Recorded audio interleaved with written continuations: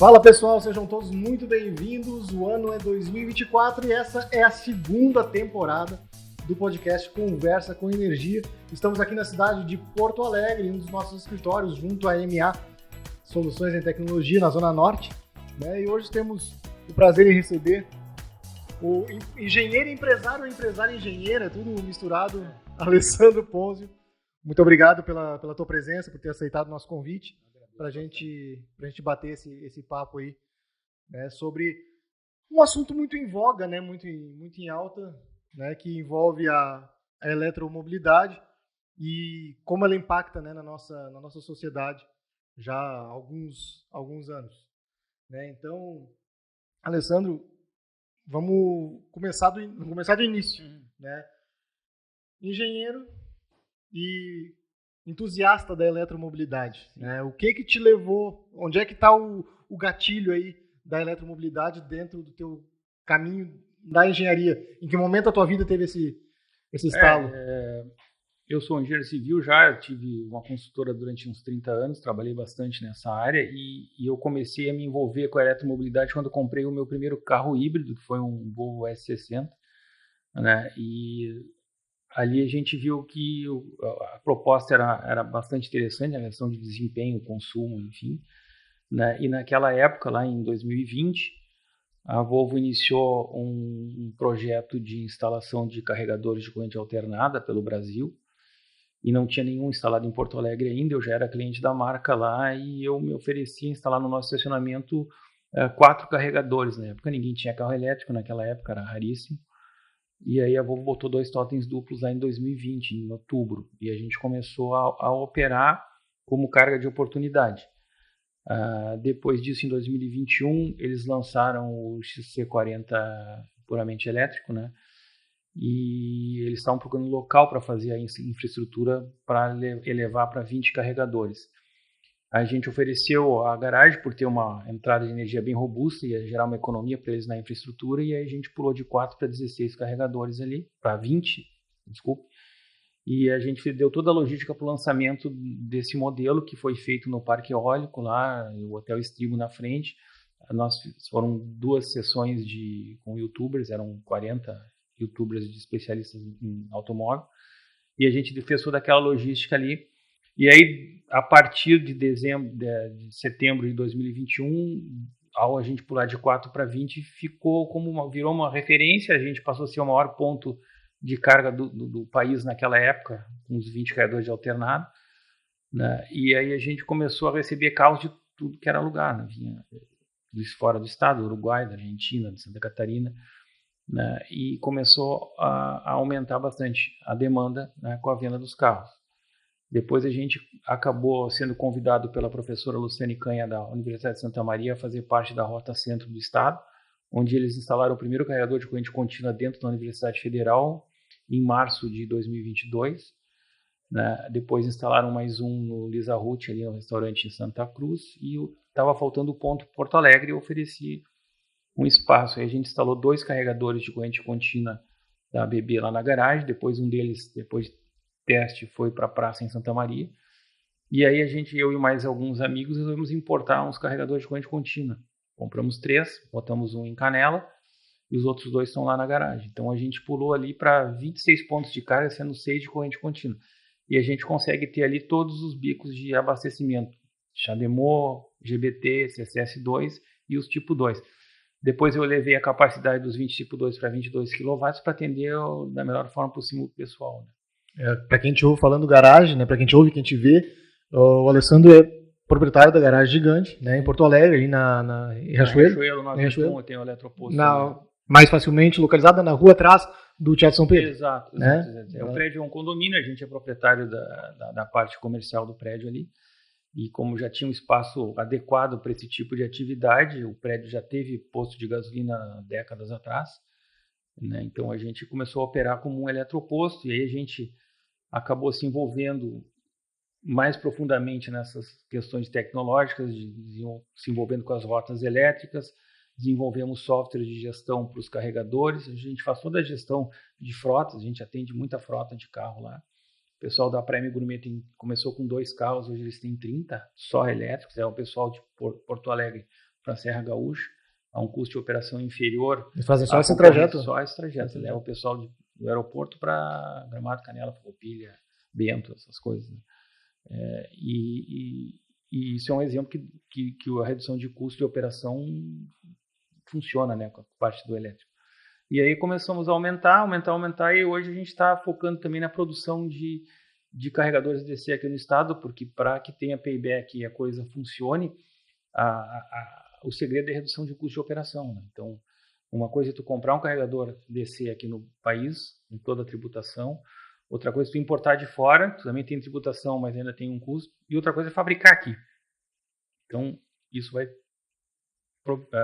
possibilitar que o empreendedor tenha um interesse em instalar um carregador de corrente contínua no seu negócio. Né? Nós falávamos aqui, até tu citou já a professora Luciane, que foi quem acabou nos aproximando. E como houve essa aproximação do teu negócio, né, com as universidades e com as próprias fabricantes, né? Tu já citou também o caso da Volvo no início da conversa. Como surgiu essa proximidade aí? Foi por parte deles, por parte tua, de querer... Da Volvo foi mais por eu já ser cliente da marca e eu tinha o ponto para auxiliar eles no evento. E hoje com as outras, como é que é o relacionamento com as outras marcas? Não tem nada específico? Não, assim, até tem. A gente tem um relacionamento bom com outras marcas também, né? Com a Audi também. Né? As marcas que a IESA comercializa também, a gente tem um acesso bom. Tanto que a gente fez já em 2022 o primeiro track day de carros elétricos no Autódromo de Tarumã, que foi em setembro. A gente conseguiu juntar bastante carros lá, mais de 90 carros entre participantes.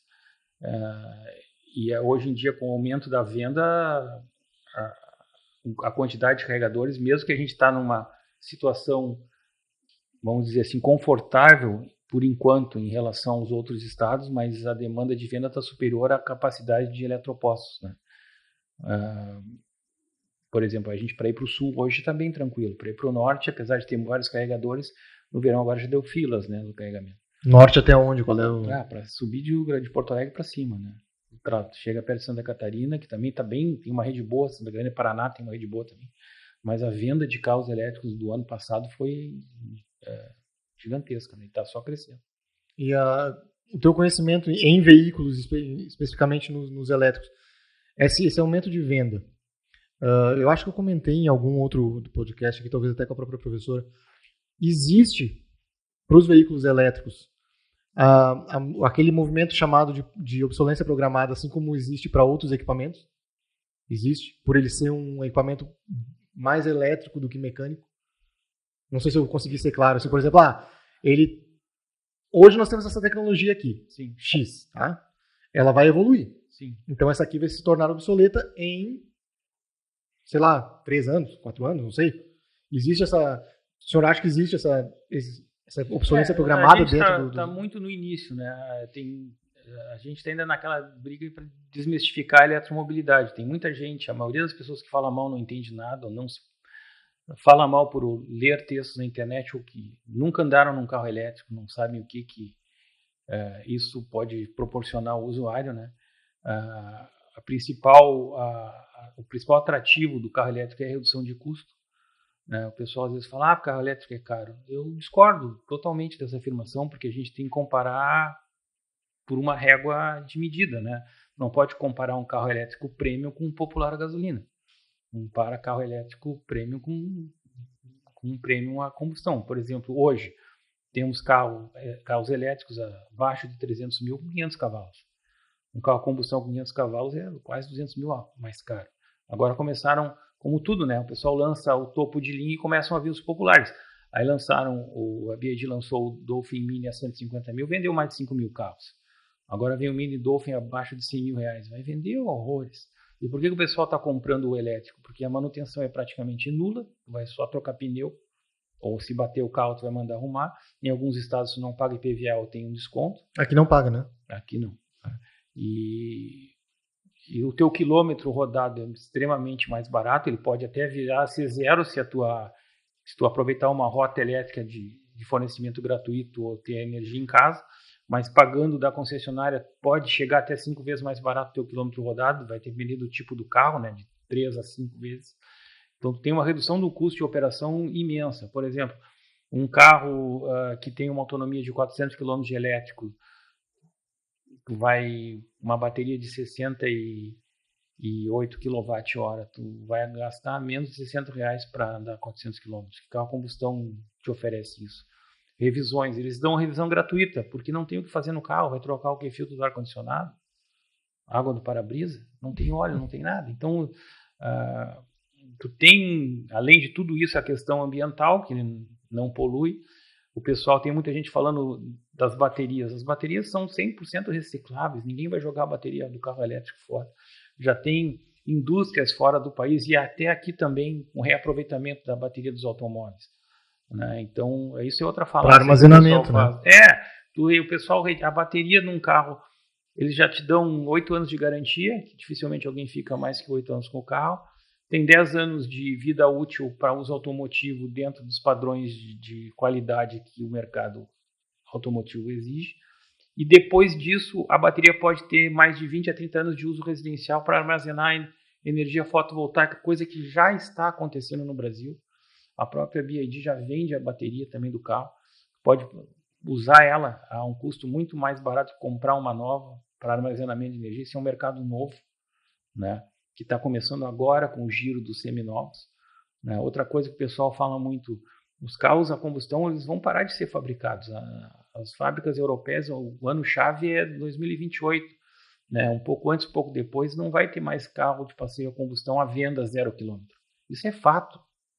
Né? O pessoal pode reclamar, falar, vai seguir tendo a carro a combustão? Vai, mas cada vez menos. Né? E os custos dos carros elétricos cada vez vão baixar. Né? Independente de ele aumentar a capacidade de autonomia da bateria. O que, na verdade, ele deixa de ser um problema, como já deixou em todos os outros países que já instalaram uma rede de abastecimento. Hoje em dia, se tu tem um carro elétrico com uma autonomia superior a 300 km, tu já consegue ir de Porto Alegre a Fortaleza. Já tem gente que fez isso. Né? Se programa para ir parando. Tem aplicativos, não é uma coisa assim. O carro elétrico é que nem um avião, um plano de voo. Antes de tu sair para uma viagem, tu faz uma programação de rota, vê os pontos que tu quer parar. De combustão tu também não vai conseguir ir sem parar. Mas se tu for viajar de moto também a autonomia é menor. Mas é aquela coisa, tu te preocupa tu já sabe onde tu vai parar e quanto tempo tu vai parar em cada ponto. Tu já pode entrar em contato com o eletroposto para ver se ele está funcionando ou não. É uma questão de planejamento, não é uma coisa, eu vou pegar o carro elétrico e vou sair a rodo, assim, no escuro. Não, isso não dá para fazer. Né? Então, o planejamento não vai levar de 5, 10 minutos para planejar uma viagem. Eu, por exemplo, fui ao Uruguai agora no final do ano, rodei 1.900 quilômetros, peguei carregadores da Rota Mercosul e alguns dentro do Uruguai, que é um paraíso para quem anda de carro elétrico, o Uruguai, tem carregador por tudo. Eu gastei R$100,47 de energia para viajar 1.900 quilômetros. Nossa. Que carro a combustão faz isso? Né? Vão começar a cobrar os eletropostos dos projetos de pesquisa e desenvolvimento. Vão, mas não vai ser nenhum absurdo e vai continuar sendo mais barato que a gasolina. Então, assim, as coisas estão acontecendo, já estão planejadas, tem toda uma inércia da indústria automobilística em cima. Não adianta ficar reclamando que não vai dar certo. Já deu certo, ponto. Né? Olhem a China, o jeito que está. Carro elétrico por tudo. O carro mais vendido no mundo ano passado, entre todos, botando combustão junto, foi o Tesla Model Y. Vendeu mais que o Toyota Corolla no planeta. Imagine, agora a Tesla abriu uma loja no Chile no final de janeiro. A próxima vai ser a Colômbia. Estão torcendo que acabe vindo para o Brasil, apesar de ter poucos Teslas aqui, mas quando vier a marca vai aumentar. Nos Estados Unidos eles têm uma média de venda de 50 carros por dia numa concessionária Tesla. Então são coisas assim que já está acontecendo, né? Tudo uma questão de economia de bolso, né? Sim, e aí tu falou aqui agora de ter gasto R$110 para ir andar 1.900 quilômetros. Vi numa outra entrevista tua que tu já foi proprietário de posto de gasolina. Sim, sim, faz tempo isso. Mas isso, vamos trazer um comparativo. Hoje tu tem ali um eletroposto que é referência de tamanho no estado, que está no Brasil. Né? E a gente tem um eletroposto com frentista, né? Uma coisa que não tem, o pessoal até a gente botou um carregador na CA que funciona sozinho, mas tu oferecer a comodidade de o cara, se ele não quiser usar um aplicativo e carregar rápido e ir embora, a gente conseguiu atender isso também. No Brasil tem mais de 25 aplicativos para carregar, no Uruguai é um só, né? É unificado. É só uma concessionária. Um país de 3 milhões, o país inteiro. Aí fica fácil. E tem só uma concessionária. Né? Esse comparativo de posto de gasolina e posto elétrico, que é a principal diferença assim, em relação ao cliente? Ele tem uma consciência maior, por exemplo, de programação, de carga. Sim. Né? Porque tu falou ali que os primeiros carregadores que tu botou é a carga de oportunidade. Né? Para quem não sabe, para quem não sabe, a carga de oportunidade é aquela que tu faz sem estar zerado o teu carro, né? Tu não precisa deixar zerar. A de oportunidade é a carga lenta e em corrente alternada, né? É aquela que o shopping te dá, que a gente dá no estacionamento por hora, né? Que num carregador de custo bem baixo, né? Carregadores tipo Wallbox, que variam de 7 a 22 kW, né? Nós estamos falando de equipamento bem abaixo dos 10 mil reais, de 8 mil reais, até menos que isso. Um carregador de corrente contínua, ele tem valores em centenas de reais, né? Ele pode passar de 300, 400 mil, dependendo da velocidade. Então, é tudo uma questão de prestação de serviço, não é uma venda com preço do litro de combustível, preço do quilowatt, não. Tu quer quilowatt gratuito, carrega em casa, bota painel solar na tua casa, tu não vai gastar nada para andar aí na cidade, é zero. Agora, tu quer um carregador que te entregue, te dê a comodidade, tu carrega teu carro em 10, 15 minutos, tu vai pagar mais pelo quilowatt entregue aí, porque ele está te oferecendo um serviço de qualidade a um tempo menor. É isso que está acontecendo. Já no Paraná já tem uma tabela de preços que varia em função da velocidade de carga. Ela vai de 1,75, se não me engano, até 2,70, uma coisa assim. Tem carregadores que cobram até um pouco mais, mas isso aí, o pessoal não reclama em pagar uma carga de um carregador de 150 kW. Vai ficar 10, 15 minutos ali no máximo. Né? E outra coisa que o pessoal fala muito em viagens, tu não chega num ponto de carga, dificilmente chega zerado.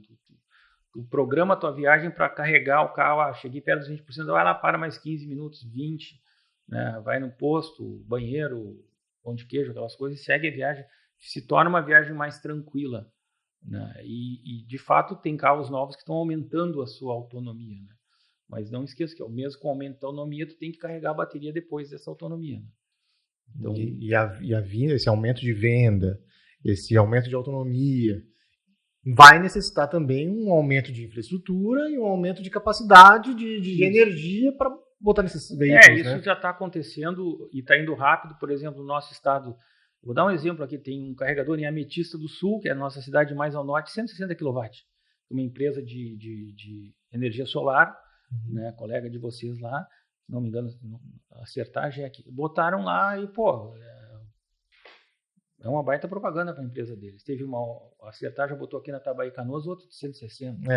Acho que não está funcionando ainda, né? Nós passamos lá agora, mas achei também... Tem dois, um tá funcionando aqui e o outro está em instalação. Na Tabaí lá já está ligado, o segundo que vai para Santa Maria, que ele já tem gente carregando. Tem um que vai ser no 22, isso. Um lá na Casa da Granja, e o outro quando tu pega a 386 para Lajeado, isso. No Rosinha. Esse eu acho que não está ligado. Esse não. Mas sim, as coisas estão acontecendo, né? A gente, por exemplo, tem a previsão de aumentar a capacidade ali na garagem gigante. A gente depende basicamente de liberação de carga da CE Equatorial, que é mais limitado, né? Mas isso vai acontecer, tudo uma questão de processo, né?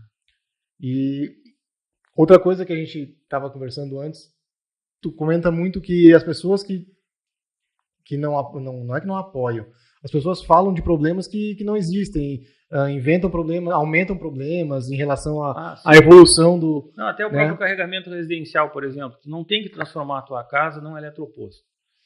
A casa, ela tem que te atender o teu uso urbano. Para te atender o uso urbano, tu não precisa de um carregador ultra rápido. Isso custa caro e não vale a pena. Então, tu imagina, se tu tem uma rede de 220 volts com 16 amperes, tu vai carregar o teu carro a 3,5 kW. Vamos fazer uma conta bem simples. Pega um Volvo, um 68 kW bateria, 400 km de autonomia. Vamos supor que tu ande 40 km por dia. Pouca gente faz isso na cidade. Eu não faço 10. Tá? Mas vamos supor que tu ande 40, 10% da tua bateria. Tu teria que colocar 7 kW no teu carro para repor o que tu andou no dia. Se tu botar uma tomada industrial de 3,5 kW, em 2 horas tu já recuperou o que tu andou no teu dia. Se botar um wallbox de 7 kW, que ainda é 220 volts, só que pula para 32 amperes, em 1 hora, 1 horinha e pouco, tu repôs teu uso urbano. Ponto. Não precisa mais disso. Tu não vai deixar todo dia, a noite inteira carregando o teu carro. Isso aí vai acontecer o quê? Tu vai botar o carro numa tomada 110 que não tem um circuito dedicado. Mas assim, Vai acontecer quando tu chega da praia. Viajei, cheguei no pincel lá, bateria zerada, aí vai passar a noite inteira. Mas o teu uso urbano diário não te obriga a isso. Tu nem é obrigado a carregar o carro todo dia. Ou se tu não tiver um carregador em casa, ou não for botar a tomada, se tu for uma vez por mês ou duas no máximo no eletroposto, acabou o problema. Tanto que a maioria das pessoas nos Estados Unidos não tem nem carregador em casa. Eles usam basicamente o supercharger da rua. Né? Eu acho que tu tem que ter um ponto de carga em casa para uso eventual, né?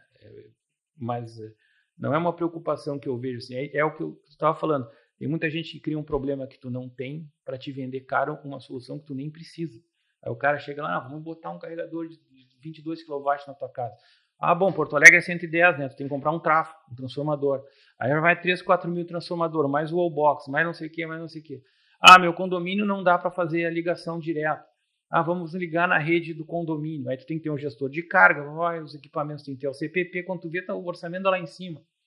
Pô, mas se uma tomada de 3,5 kW te atende o teu uso urbano, por que tu vai gastar isso em casa? Por que tu vai gastar 15 mil reais para instalar um equipamento em casa, se o teu custo mensal não dá 60? Quantos anos de energia elétrica tá te tirando o custo dessa instalação? Falando como engenheiro e na planilha de custo, isso não é necessário. Né? Claro, pode querer ter uma comodidade em casa para dizer, meu vizinho, eu estou aqui com um baita carregador. Sim, ok, tu está pagando desnecessariamente por uma comodidade, é uma opção tua. Ela é válida, mas ela não é necessária. Né? Então, é tudo uma questão, a coisa é bem mais fácil de ser atendida do que se imagina. Uma coisa é tu puxar uma extensão da tua rede privada, do teu apartamento, nos boxes do teu edifício, com uma tomada industrial que vai te entregar 220 volts em 16 amperes, que se tu deixar a noite inteira, né, 10 horas, ele vai carregar um jack lá, um carro com 30 kW tranquilamente, uma autonomia baixa de 300 km. Então o problema deixou de existir, entendeu? Aqueles carregadores portáteis que normalmente vêm com os veículos, o uso somente dele chega a ser prejudicial de alguma forma? Isso. Assim, eu comprei o carro elétrico, não instalei o wallbox, não uso eletroposto nenhum e só carrego na tomada normal de 220. Eu não faria isso, tá? Porque assim, o carregamento do carro, mesmo que tu vai colocar numa tomada comum, sei que ela vai demorar muito mais, mas... Não, mas independente dela demorar ou não, tu não sabe o que tem da parede para dentro. O carro ele tem que ser carregado num circuito dedicado só ao carro. Chame um eletricista, faça um circuitinho dedicado, aterrado, com DR, DPS, disjuntor, né, para carregar só o teu carro. Não carregue o teu carro num circuito compartilhado com outras partes da casa, com geladeira, com chuveiro, etc. Não, isso não é aconselhável, porque a fiação residencial ela, em torno, geralmente, é 2,5 mm. Né? Se tu for querer carregar em 32 amperes para ter 7 kW, tu não vai ter isso. Ele não vai te entregar por causa do dimensionamento da fiação do teu circuito. Então, assim, o carro não é para carregar em qualquer tomada comum, ele até carrega. E os carregadores têm alguns sistemas de proteção para evitar que o fio aqueça, derreta e pegue fogo. Só que ele vai te entregar uma amperagem muito mais baixa, daqui a pouco vai te carregar em 1,6 kWh, que é extremamente lento, tu vai ter alguns quilômetrozinhos no carro, mas, assim, isso aí é uma emergência, né? Tô no meio do nada, não tenho nada, a tomada é aquela. Ah, tá, então tu não tem o que fazer. Agora, tu comprou um carro elétrico, tu quer carregar em casa, no mínimo tem que ter um circuitinho com uma tomadinha que te forneça 220 volts e 16 amperes. Isso é o mínimo de segurança. Dá para carregar em 110? Dá, só que aí tu vai ter metade da velocidade. Entendeu? Então, para te ter um bifásico, levantar de 110 para 220, tu consegue fazer isso em Porto Alegre. Os circuitos de chuveiro são 220. Faz um circuito de chuveiro que não é para chuveiro, faz para o teu carro. E aí bote o DPS, que é para proteção de raio, um disjuntor e um DR, num quadrinho, e bota o teu carregador portátil ali. Ou o teu wallbox. Né? A vantagem do portátil é que tu leva com ele para lá e para cá, e ele faz a mesma coisa que um wallbox desses pequenos. Né? Sim, não, e custa menos, né? Não, porque muitas vezes, né, falando no nosso caso, muitas vezes a gente utilizou já. Sim, é emergência. Da BMW ali. Assim, mas tu tem que ter certeza que tu vai estar num fiozinho 2,5 ali, tu vai achar que está recebendo uma coisa, tu olha o painel do carro, é outra. Tá vindo bem pouco. Alessandro, e fala pra gente Zeta Uno e Plug and Go, tuas outras áreas de atuação? O Plug and Go é a marca que a gente deu para os carregadores que a gente comprou e importamos da China, os 3. Então, a gente já pediu para o chinês mandar pintadinho tudo e a gente criou um produto específico, eu e mais outros 2 amigos que fizemos essa importação. Tem um lá no 1835, né? Um está no 1835 e os outros 2 estão na Garagem Gigante. Eles praticamente atendem a frota, alguns clientes do eletroposto lá, mas isso aí foi um projeto piloto no qual a gente aprendeu muito, onde a gente acabou desenvolvendo os aplicativos com o pessoal de São Paulo, lá da Volta, tudo, né? E depois agora a ideia em vez de seguir importando com essa marca, fabricar carregadores no nosso estado. Para diminuir o custo. E aí que vem a Zeta 1. Para diminuir o custo. Isso, para diminuir o custo. A gente poderia seguir importando, como a maioria das empresas fazem hoje, né? Tirando a VEG, que fabrica aqui, que na verdade monta, mas é uma fábrica nacional imensa, uma empresa muito competente, gigante, né? Mas os outros, basicamente os Enel X, os ABB, são todos carregadores bem prontos de fora, né? Não são fabricados aqui, os próprios do Ocida, ou Blue Sky, que são chineses, ou Grovalt, enfim, tem várias marcas que o pessoal importa, né? Ou os Wallbox da espanhóis, aquele o pessoal tem o direito de importação e revende aqui. Então, uma coisa é tu importar da China e revender. E é uma coisa válida, várias empresas fazem isso. A nossa ideia foi o qual? Vamos fabricar aqui, em vez de importar. E essa fabricação já está acontecendo? Está em desenvolvimento? Já está acontecendo desde dezembro a fabricação. A gente tem 2 pontos de produção, um em Vacaria, onde a gente fabrica os carregadores de corrente contínua, e em Porto Alegre estão sendo fabricados os de corrente alternada, portáteis e wallbox. Já fabricamos mais de 300 em Porto Alegre, e os de corrente contínua, os primeiros 2 meses de produção estão vendidos. E já em mercado. Já. E vendido para fora do estado. Foi para Ceará, Minas Gerais, agora teve uma encomenda de mais 3 para Ribeirão Preto. Então a coisa está indo. E essa comercialização, como chegaram, assim, porque tu acabou de falar que começou a produção em dezembro? Mas foi mais via internet mesmo, a divulgação, a gente começou a divulgar a fabricação, fizemos algumas entrevistas, né? E aí a internet tudo é muito rápido, o pessoal acaba ligando, eu também quero, eu quero. E aí a gente consegue dar uma assistência local aqui, né? Não é como o que a gente passou com os chineses, que nos atenderam bem, muito bem, mas assim, liga depois das 10 da noite, tem que pegar o engenheiro que está do outro lado do planeta, aquelas coisas, né? Então, a gente já passou essa fase de testes, levamos quase 2 anos, 1 ano e meio, testando os sistemas, né? Então, a gente se juntou de empresas nacionais e regionais aqui para poder fazer tudo aqui. A Zeta 1, então, hoje a tua novidade, digamos assim, porque é novo. Como empreendedor, tem aí em mente alguma outra coisa que tu queira tirar do papel daqui para frente? Ou... Não, o nosso objetivo principal é fornecer os equipamentos, não é nem entrar em operação de eletroposto, coisa que a gente faz. Eu tenho esse no centro, a gente tem uma operação remota em Canela, né, que foi basicamente um rato de laboratório para testar tudo que era possível, maneira de fazer gestão remota, com câmera, com uma CPP, etc. e tal, né? Mas a nossa ideia principal não é fazer gestão de redes de eletropostos, né? Até a gente indica o pessoal da Volta, por exemplo, que tem um aplicativo muito bom, que é um white label, mas fornecer o equipamento a um custo que te pega um payback e que deu ao empresário um retorno que ele espera, não só na comercialização do serviço, da prestação de serviço, como também no benefício agregado que o eletroposto traz para o ponto onde ele é instalado. Sim, não existe uma ideia de fazer uma rede de eletropostos, então assim... Inicialmente a gente tinha para fazer isso via o Plug and Go, pode ser que ela retorne, um Plug and Go com a fabricação na Zeta 1, né? Mas é um passo de cada vez. Como nós somos todos os envolvidos, são entusiastas, a gente não tem uma dependência específica desse negócio, a gente está apostando numa ideia, criando a cultura para depois pensar em ter retorno, porque se tu inverter essa lógica, a coisa periga não andar muito. Então, a gente está tentando entregar para o mercado uma coisa que a gente gostaria de ter como usuário, né? A gente tem que se colocar na ponta do usuário lá. Se eu me sentir satisfeito com o que eu estou entregando, ótimo, né? Mais pessoas vão se sentir satisfeitas. E a melhor propaganda é a indicação de um cliente, né? Sim. No nosso caso também funciona da mesma forma. O cliente vem atendido, traz 2, 3, 4 famílias. Inclusive, deixa eu comentar contigo, tu tem ali, nós estávamos conversando antes, tu tem ali a tua geração de energia na garagem, né? Tem aquele pequeno empecilho de não conseguir estar injetando ainda, né? Mas andam juntos, né? Acho que não tem como, assim, para se tornar economicamente viável, rentável, acho que andam juntos, né? A eletromobilidade e a geração própria de energia. Para um eletroposto te dar um retorno até melhor que um posto de combustível, tu tem que ter a geração fotovoltaica. Pô, porque vai reduzir teu custo.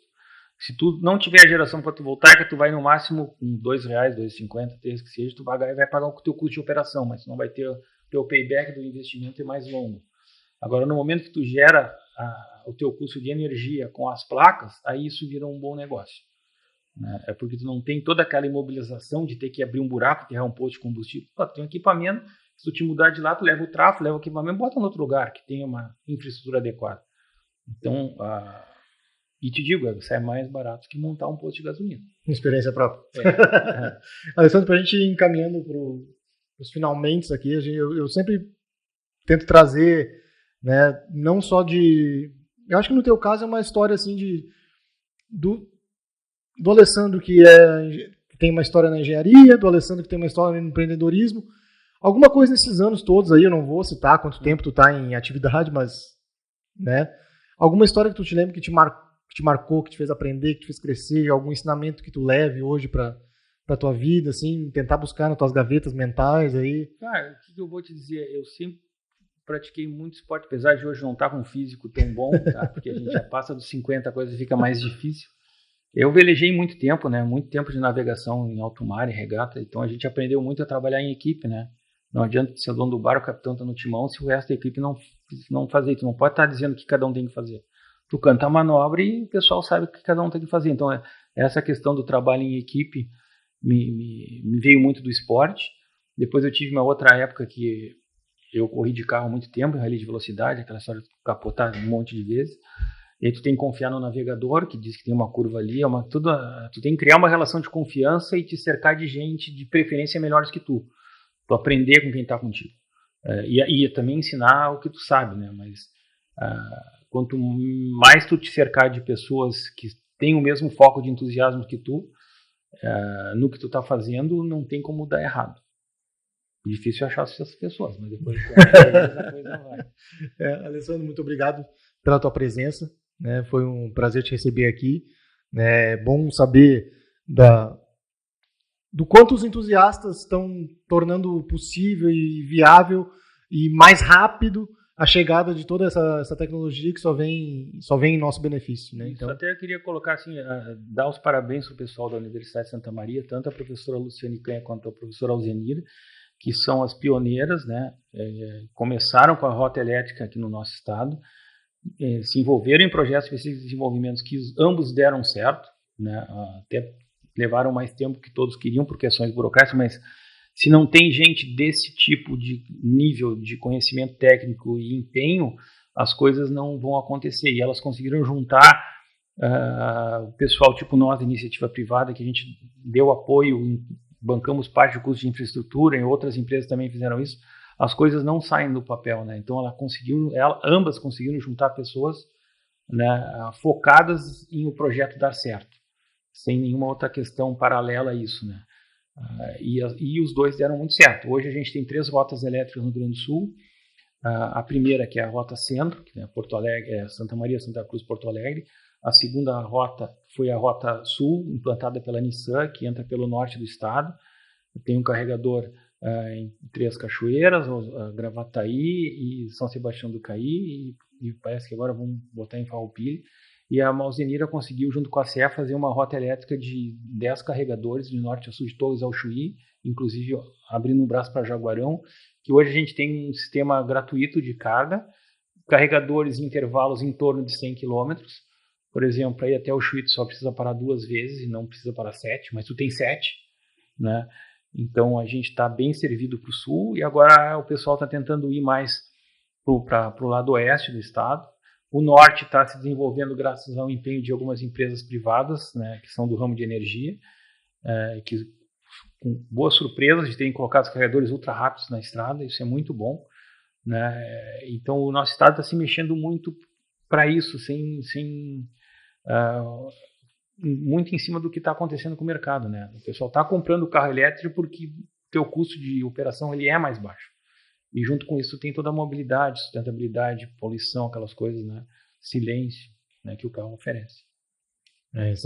Eu acho muito, muito importante. Eu sou entusiasta, mas o máximo que eu consegui até agora foi uma moto elétrica. Né? Ainda não consegui o carro, a moto já consegui. Mas o carro ainda vem uma hora.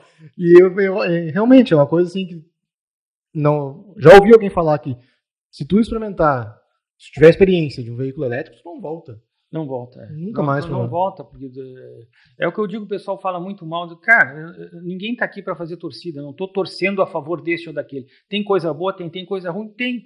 Tem coisa que tem que melhorar, tem. A gente tem que criticar para melhorar. Agora, a pessoa que critica, baseado em cima de algo que ela leu e ela nunca teve a experiência, aluga um carro elétrico no final de semana, vai para a praia e volta. Depois tu fala para ver o que tu achou da experiência. Né? Mas assim, essa pessoa tem que ser orientada. Né? Uma outra coisa, não querendo me alongar muito, que está faltando é a orientação na hora da compra do carro elétrico, principalmente por questões de infraestrutura. Não adianta só tu entrar numa concessionária, achar o carro legal, comprar, levar para casa, se o vendedor não te explicar como é que tu faz para usar aquilo.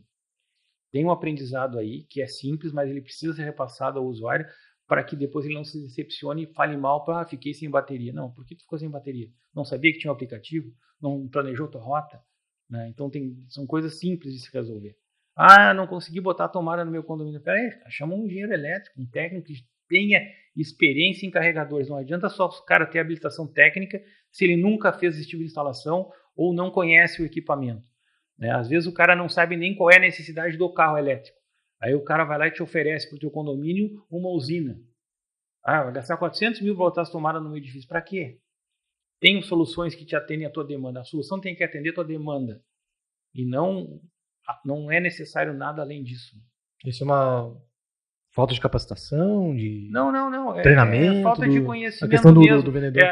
As coisas são oferecidas de forma que tecnicamente funcionam, mas às vezes te é oferecido um pacote muito caro que não é necessário para a tua demanda. E às vezes ele nem é aprovado por causa do custo. Mas tu tem soluções mais baratas. Né? O próprio cálculo de consumo urbano do carro elétrico, a pessoa que está te dando esse equipamento, te projetando isso, tem que saber qual é a necessidade que tu precisa, qual é a tua necessidade para o uso urbano. Isso que tem que ser atendido. Né? E isso tem um custo baixo. Alessandro, muito obrigado. Ok, estou à disposição aí. Esse foi mais um episódio do Conversa com Energia. Espero que vocês tenham gostado. Não esqueça de curtir aqui o canal, compartilhar também o vídeo e conferir o áudio no nosso canal no Spotify. Um abraço e até a próxima.